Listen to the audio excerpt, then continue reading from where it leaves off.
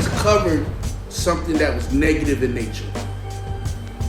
People fighting, people getting shot, people doing all kind of negative things that sheds hip hop in a negative light. Now we actually have something that's a positive. That, you know, that's a positive. Z, Yo Gotti, amongst others, took it to politics. Right. They took it to the politics. Made their voices be felt about the inhumane conditions at Parchman prison. Right. In Mississippi, correct? Yeah, it's in Mississippi. Parchman, I don't know what part of Mississippi, but it's a small town in Mississippi.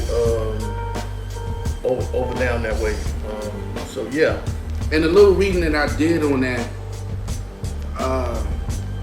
said that shit is 28 miles. Yeah, it's a pretty huge place. Like, you know what I'm saying? Just think about that. 28 miles? Right. I said, what? That's a prison? Right.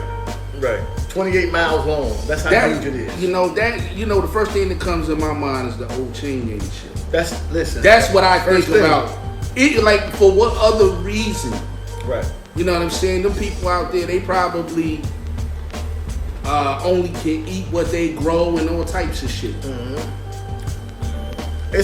I'll be the first to admit, I am happy about those hip hop artists like Z and Yo Gotti that stepped up. You know what I'm saying? Because this is much needed. Shout out to Team Rock. Right, Team Rock, whatever Yo Gotti, CMG, whatever, CCM, what do you call it, CMG? Shout out to CMG, everybody that participated in that, man, because I'm too familiar with stories like that, right? From a personal standpoint, you know, but I'll tell my story on another day. But those facilities do have conditions that no human should be able to live in. That's a fact. I mean, look, you should look at some of the floors. You should look at some of the toiletry, the latrine usage. You should look at how they're fed, what they're fed. Listen, I ain't gonna lie. I'm gonna tell you the truth. Listen, hold up. I read on a box that was in the freezer one time. I was working in the food hall, in the Fed joint. I read on the box that say this should not be fed, not for human consumption. And it was fish that they used to normally feed dolphins and stuff like that at SeaWorld and stuff like that. You know what I'm saying? So you're not getting food, and people may say, "Oh man, you know, at least they get something to eat." Listen, we talking about stuff that's not still fit for human consumption. You're still talking about human beings. So I congratulate Z and them, man. I'm happy about that, and these are the things that I like about hip hop. That's why I say I do love hip hop. And when I say we talk about positive and stories or doing things that will help your community in the long run. This right here, making sure that the conditions are livable in these facilities, making sure you got suicide prevention programs in this facility, mental health treatment in these facilities to treat these people that are incarcerated here. You know what I'm saying? Because at the end of the day, they're still human, and a lot of times, most of these guys are gonna come home if they make it home.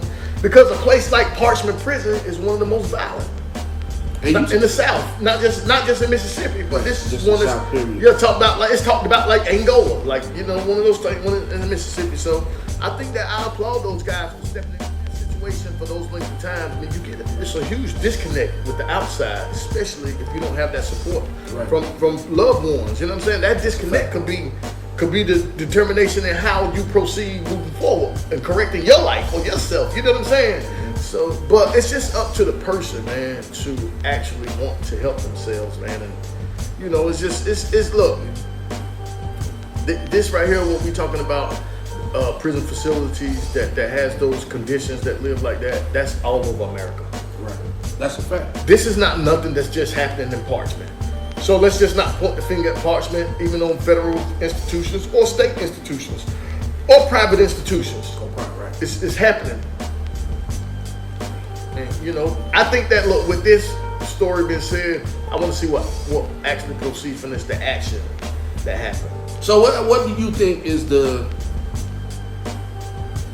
if you were provided or given the authority to make change within, you know, corrections, what would be your first course of action?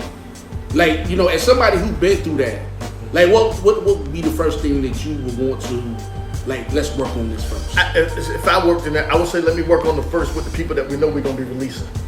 Right? Let's get facilities set up for them to help educate them. You know what I'm saying? Okay. Let's help transition them back into society or to their communities as a better person, a better man, a better father, a better son, a better neighbor. You know what I'm saying? Let's work on that, right?